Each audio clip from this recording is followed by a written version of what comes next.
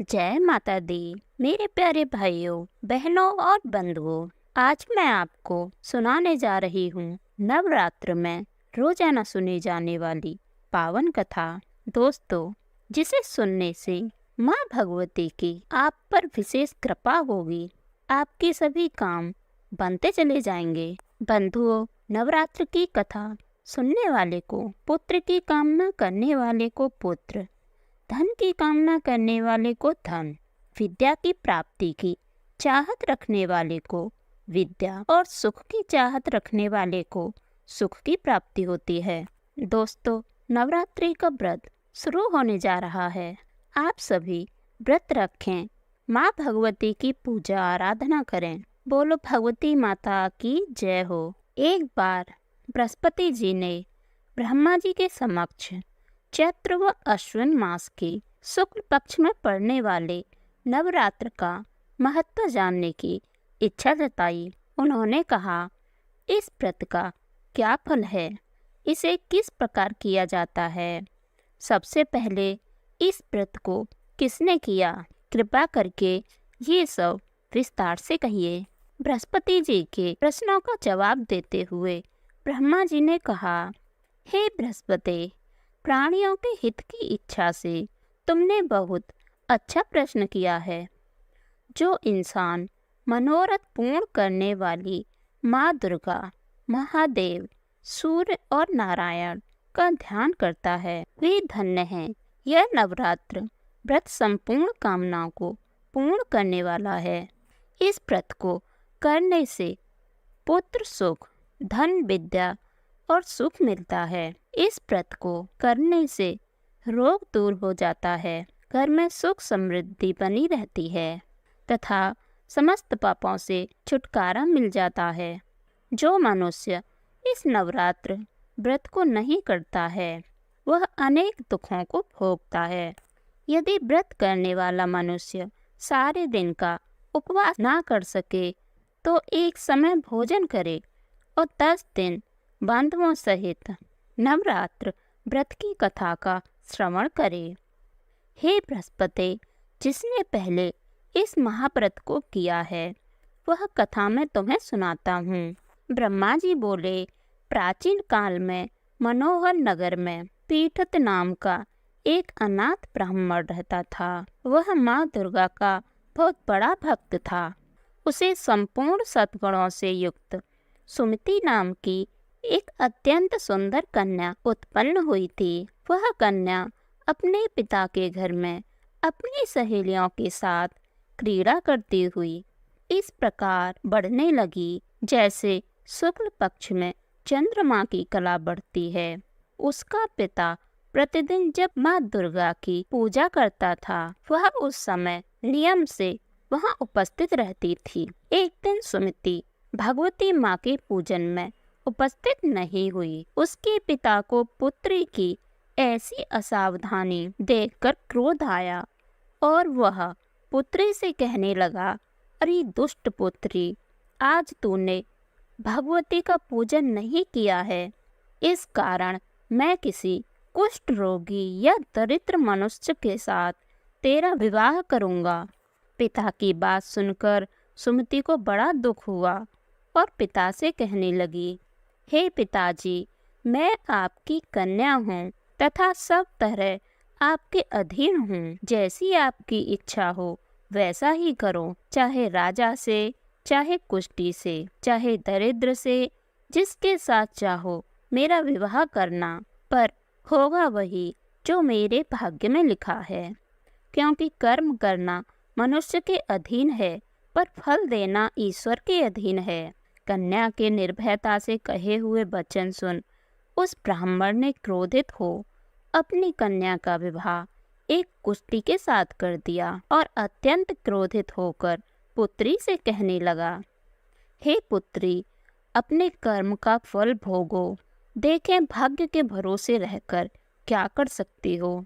पिता के ऐसे कटु वचनों को सुन सुमति मन में विचार करने लगी, मेरा बड़ा दुर्भाग्य है जिससे मुझे ऐसा पति मिला है। इस तरह अपने दुख का विचार करती हुई वह कन्या अपने पति के साथ वन में चली गई और डरावने वन में उन्होंने वह रात बड़े कष्ट से व्यतीत की। उस गरीब बालिका की ऐसी दशा देख देवी भगवती ने पूर्व जन्म के पुण्यों के प्रभाव से प्रकट हो सुमति से कहा, हे दीन ब्राह्मणी, मैं तुमसे प्रसन्न हूँ। तुम जो चाहो सो वर मांग सकती हो। भगवती दुर्गा के यह वचन सुनकर ब्राह्मणी ने कहा, हे देवी, आप कौन हैं? वह सब मुझसे कहो। ब्राह्मणी का ऐसा वचन सुन देवी ने कहा कि मैं आदि शक्ति भगवती हूँ और मैं ही महाविद्या व सरस्वती हूँ। प्रसन्न होने पर मैं प्राणियों का दुख दूर कर उनको सुख प्रदान करती हूँ। हे ब्राह्मणी, मैं तुझ पर तेरे पूर्व जन्म के पुण्य के प्रभाव से प्रसन्न हूँ। मैं तुम्हारे पूर्व जन्म का वृतांत सुनाती हूँ। सुनो, तू पूर्व जन्म में निषाद की स्त्री थी और अति पतिव्रता थी। एक दिन तेरे पति निषाद ने चोरी की। चोरी करने के कारण तुम दोनों को सिपाहियों ने पकड़ लिया और जेल खाने में कैद कर दिया। उन लोगों ने तुझको और तेरे पति को भोजन भी नहीं दिया था। इस प्रकार नवरात्र के 9 दिनों में तुमने न तो कुछ खाया और न ही जल पिया। इस प्रकार 9 दिन तक नवरात्र का व्रत भी हो गया। हे ब्राह्मणी, उन दिनों में जो व्रत हुआ उस व्रत के प्रभाव से प्रसन्न होकर मैं तुझे मनोवांछित वर देती हूँ।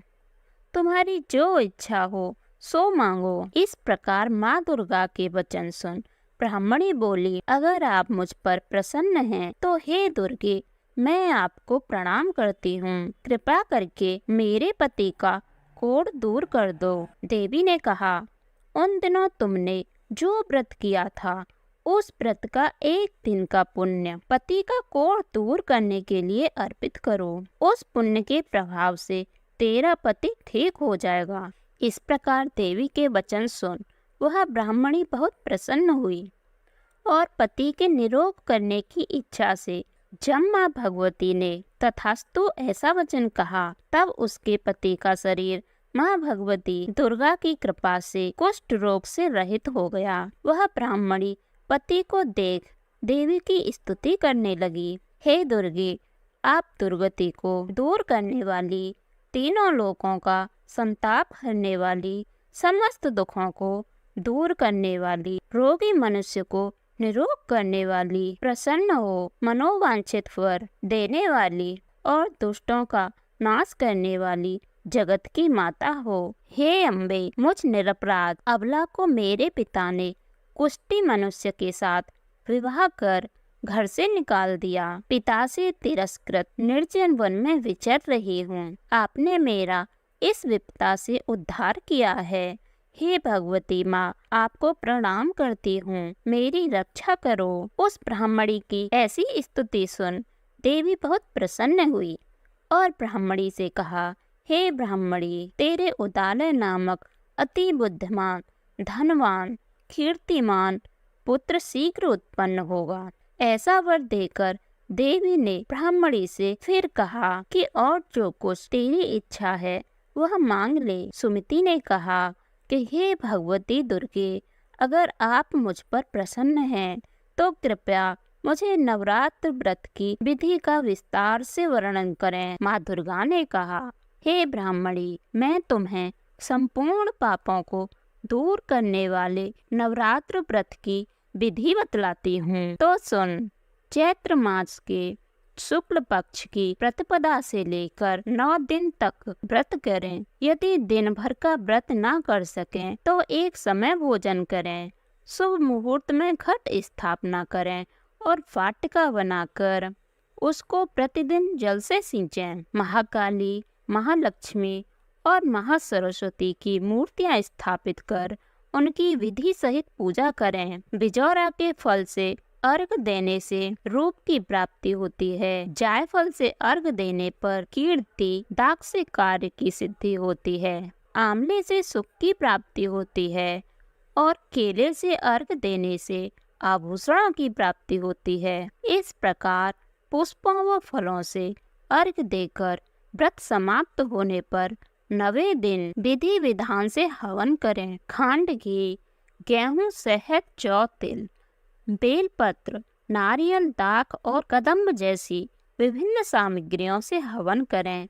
आंवले से कीर्ति की और केले से पुत्र की, कमल से राज सम्मान और दाखों से संपदा की प्राप्ति होती है। खंड घी, नारियल, शहद, जौ और तिल तथा फलों से हवन करने से मनोवांछित वस्तु की प्राप्ति होती है। व्रत करने वाला मनुष्य इस विधि विधान से हवन कर ब्राह्मण को अत्यंत नम्रता के साथ प्रणाम करें और यज्ञ की सिद्धि के लिए उसे दक्षिणा दें। इस प्रकार बताई हुई विधि के अनुसार जो व्यक्ति व्रत रखता है उसके सब मनोरथ सिद्धि होती है। हे ब्राह्मणी, इसमें तनिक भी संदेह नहीं है। हे ब्राह्मणी, इन दिनों में जो दान दिया जाता है उसका करोड़ों गुना का फल मिलता है। हे ब्राह्मणी, इस नवरात्र व्रत करने से अश्वमेध यज्ञ का फल मिलता है। इस संपूर्ण कामनाओं को पूर्ण करने वाले उत्तम व्रत को तीर्थ, मंदिर अथवा घर में विधि विधान के अनुसार करें। ब्रह्मा जी बृहस्पति से बोले, इस प्रकार ब्राह्मणी को नवरात्र व्रत विधि बताकर देवी अंतर्ध्यान हो गयी। अतः जो मनुष्य